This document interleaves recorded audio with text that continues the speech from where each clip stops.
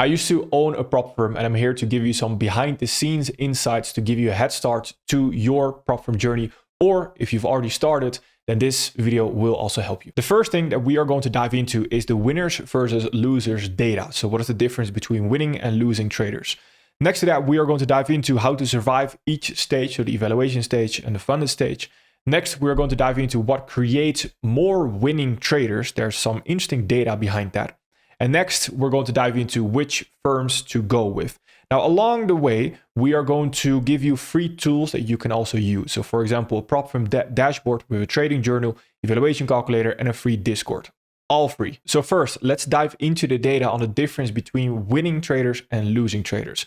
So the winning traders are marked as passed right here, and the losing traders are marked as breached. The first thing we see is trades per day. We see that winning traders oftentimes take between 2.5 to 3.15 trades a day. We see breached, so losing traders, between 7.8 and 8.61 trades a day. So losing traders oftentimes take 3 times as much trades per day as winning traders. Now, the reason why this is something we're going to dive into later on when we get to the data on what creates more winning traders. But the reason why this mainly is because losing traders just don't really understand what they are waiting for. And if you don't really know what you're waiting for, what is a high probability trade, what is a low probability trade, then inherently what happens is that you're just going to trade everything. And by trading everything, you're almost gambling. So very simply said, there is just no inherent edge. Now, to dive a little bit deeper into that, we're going to dive into, again, the data later on as well. Next data point, risk and reward ratio. So this is quite an important one because, again, at the end of the day, trading is also somewhat of a math game, right? So what is important is that for winning traders, they oftentimes have a risk to reward ratio around 2.5 RR. Whereas for losing traders, it's a negative RR, so it's below 1. Now, even a negative RR, you could probably make it work, although that is quite difficult. But a negative RR with an extremely high win rate, you could probably make it work, but that's the thing. You need an extremely high win rate to compensate. Now, before we look at that, account duration, also important one. So the trades per day and account duration, of course, they go somewhat hand in hand, because if you're a losing trader and you're just trading more often, and you also blow the account quicker. So the account duration, in order for the winning traders, take on average 9.4 days to actually pass an account, whereas losing traders take about 5 to 7 days to actually breach an account, which will make sense if we take a look at the next data point, because again, win rate. So for winning traders, oftentimes the win rate is above 50%, around usually 60 to 80%. For losing traders, that's oftentimes just below 50%. So it's generally speaking, just very low, below 50%. Now, a win rate below 50% is not necessarily low if you target, for example, let's say a 3 RR. You can still pull that off, even a 2 RR.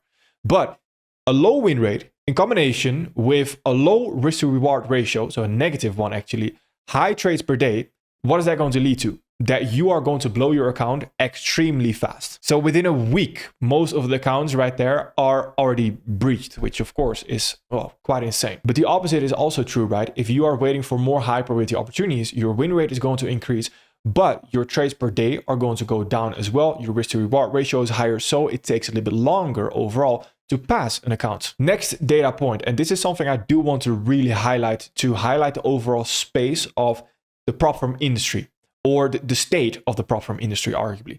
Because stop loss and take profit. Most winning traders use stop loss and take profit. Most losing traders don't use stop loss, don't use a take profit. So from all the data points we've gone over so far, and all the data points that we are still going to go over as well, it is quite important to understand that oftentimes the losing traders just make every beginner mistake in the book. Don't use a stop loss, don't take into account risk management, just take every single trade that shows up on the 1 minute time frame. And those losing traders, in all honesty, they make up the majority of the prop firm space. All right, next data point. So lot size management, how much is someone actually risking? So what we saw a lot is that winning traders, they adjust their risk dynamically. So based on how large their stop loss is going to be, based on the position that they are about to take the trade, if it's a good trade or a bad trade, they'll adjust their overall size. So they'll adjust how much they are going to risk. Whereas with losing traders, no matter how large or small or how good or bad the setup was going to be, they'll always risk the same exact amount, which inherently having a constant risk is not necessarily that bad. So let's say, for example, you always want to risk 1% of your account. That's not necessarily that bad. But if you are not taking a look at the risk percentage, and you just take a look at the contract size, for example, and you say, well, no matter how large my stop loss is, I'm still going to risk 10 contracts. And no matter how small my stop loss is, I'm still also going to risk 10 contracts. Then you're not taking into account how much percentage am I risking for this trade for my account. And that's the important part. So sometimes you might be risking 5 or 6% of the whole account. So the next data point ties into that a little bit as well, which is trading strategies. So what we saw, the most profitable trading strategies are oftentimes a little bit of a mix of both. So it's swing, it's intraday, so day trading normally, and also scalping. But there was one clear pattern that really stood out amongst the losing traders, which is scalping.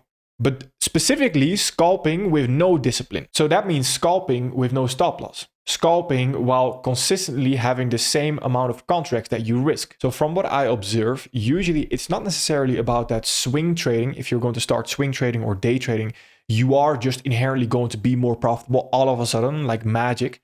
No, it's usually the thought process as to why someone goes to scalp actually.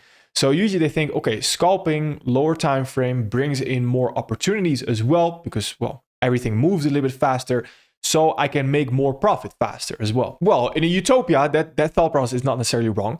But of course, that also means that if you are going to take more trades, if you in a utopia, it means more trades, you're going to have more winners as well. But more trades just means you're going to take on more risk. So inherently, you're also going to take more losses. So scalping is 100% doable as long as you still take into account risk management, focus on the good trades, the high probability trades. And those won't likely be 20 trades in a day. So the main thing here to really take away from this is that becoming a winning trader is, of course, I'm not here to say that that's super easy and everyone can pull it off. No, absolutely not. But there are certain things that winning traders just consistently do. And that is what the data here is showing you. And there are things that losing traders consistently do. And the reason why they are losing traders and what they have in common. Now with the data later on that we're going to dive into, this is going to become a little bit more clear how you can also approach it. Okay, moving on right here. So we're going to dive into the different stages, how to survive each stage, essentially the evaluation stage and the funded stage. First of all, again, I need you to understand that, well, for the most part, the winning traders, they approach trading as a skill. So it's not, I'm going to approach a prop firm and I'm going to gamble or try to gamble my way to the top. Might work for a little bit, but if you simply rely on the skill, even after using prop firms, and you have that skill, then you can also rely on your own live account with a broker, for example, and you don't necessarily need to rely on those prop firms anymore. Now for the evaluation stage, the data point that really stood out, of course, is for losing traders, they trade 8 times a day. Arguably, or around that. Then they blow in 5 to 7 days right there. They blow the account in 5 to 7 days. More trades, not knowing what you're waiting for. It's just, again, a recipe for disaster, right? You're just going to blow the account quite fast. So for the evaluation stage right here, the winning traders, again, 3 trades a day on average. And you might take 9.4 or a little bit longer to pass the overall evaluation. Even if you take a month, who cares if you take a month to pass an evaluation and you have a chance to get a payout? The point I'm trying to make, especially if you start out, so if you're already a little bit more advanced, you probably already know this better. But if you're starting out, for example, with prop firms, you probably don't really know what you are waiting for or what you are trying to see in a chart, which is not necessarily a problem because you can't expect that you start off with trading and you immediately know what you want to see and you're going to be profitable, etc., etc. That's difficult to pull off. So oftentimes what we see in the data, what is the best path or the best way to go about it, is your first evaluation, keep it small. So a small evaluation, you're not risking a whole lot and you're just trying to learn. You might execute quite a lot, but you're just trying to learn what works and what doesn't work. And every evaluation you do after, you become better and better and better if you learn from the previous evaluation. This is where I want to introduce the first free tool that we have, which is an evaluation calculator. You can put in your metrics right there and you can see what the real risk is, how long it might take to pass, etc., etc. Feel free to use it. Now, after the evaluation stage, we of course have the funded/the payout stage. Now, I have a story to tell you right here regarding the funded and payout stage as to what we saw in our data from the prop firm I used to own. Now, we actually had one trader which was ready for an 8K payout. So passed the evaluation, passed essentially all the metrics to get a payout right there. I believe the only thing that was left was to wait. So you could only request a payout after a certain amount of days, for example. So all this trader needs to do was just simply wait. They made 8K in profit right there, 8K US dollar. That was just ready to be paid out. Now, what happened instead is that some traders, they just become greedy and they just keep trading. So this trader did the exact same thing. He opened more positions to make it bigger, to make that payout potentially bigger. Now you can probably already see what is coming right here. He blew the account before the payouts even happened. So the account eventually was breached. That 8K was completely gone. The whole account was completely gone as well. So all the effort this trader essentially went through, built up a very nice payout of $8,000, just completely blew the account because he couldn't wait. That's it. So one thing to take away from this as well is that protect what you already have, which is very important. So think of, for example, when you have a buffer or you're getting close to a payout, it's protecting what you already have. So not, again, it comes back to what we mentioned earlier. It's really about risk management at that point. And that's where a lot of traders here struggle. So risk management, so lowering your risk if you already have profit, for example, just to protect that profit. And if, quite frankly, if you have an $8,000 payout ready, take it.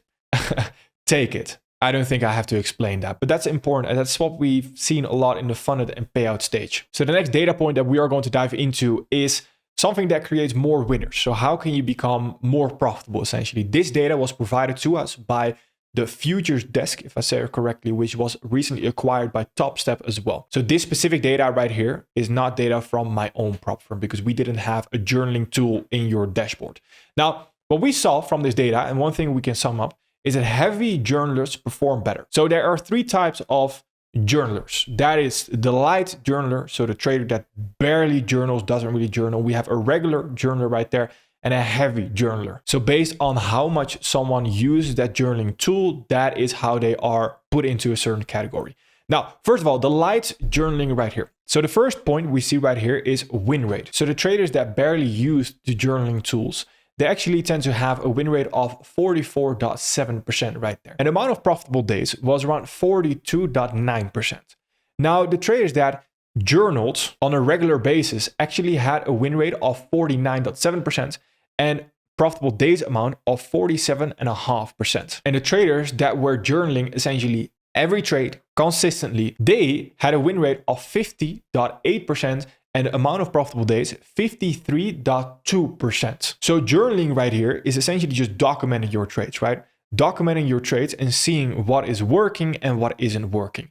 Now, the interesting part right here is that, of course, the traders that journal more heavy, they are essentially more profitable. They have more profitable days and a higher win rate. But what is important to understand is how they got there, because they also trade less. So if we look at trades per day right here, we see light users, they tend to take on average 19.7 trades per day, whereas the heavy journalers right there actually traded around 10.1 trades a day. So this ties in very nicely, in my opinion, to the data we went over at the start, the winners versus losers.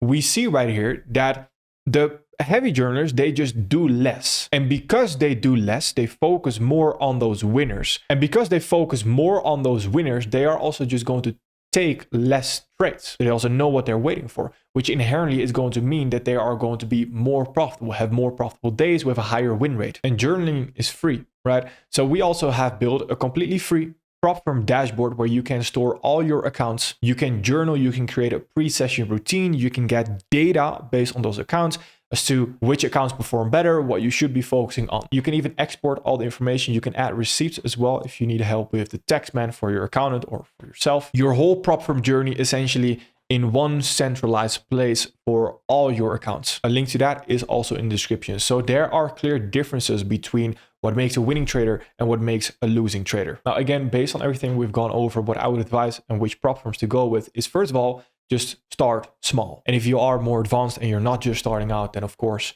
then feel free to do whatever you think is best because you are already more advanced. So we run PipBack, and which prop firms to go with, I would also recommend to take a look at payback.com. We also have a recommendation tool. In that recommendation tool, you can compare prop firms and you can see the details of all the prop firms as well. Every tool that we mentioned and payback.com as a whole in general is completely free of charge. The only way we actually make money is if you decide to buy an evaluation, then you can use the code PIP to receive the highest available discount, and we get an affiliate commission because you use our discount. If you ever need a tool, check out payback.com. If you ever need a highest available discount, if you want to receive notifications of discounts or you want to receive updates if there are any rule changes within prop firms, then feel free to check out our free Discord community where we have a team that updates you if there are any rule changes or if there's something happening in the space. Again, all in one place to simply make you aware of what's happening.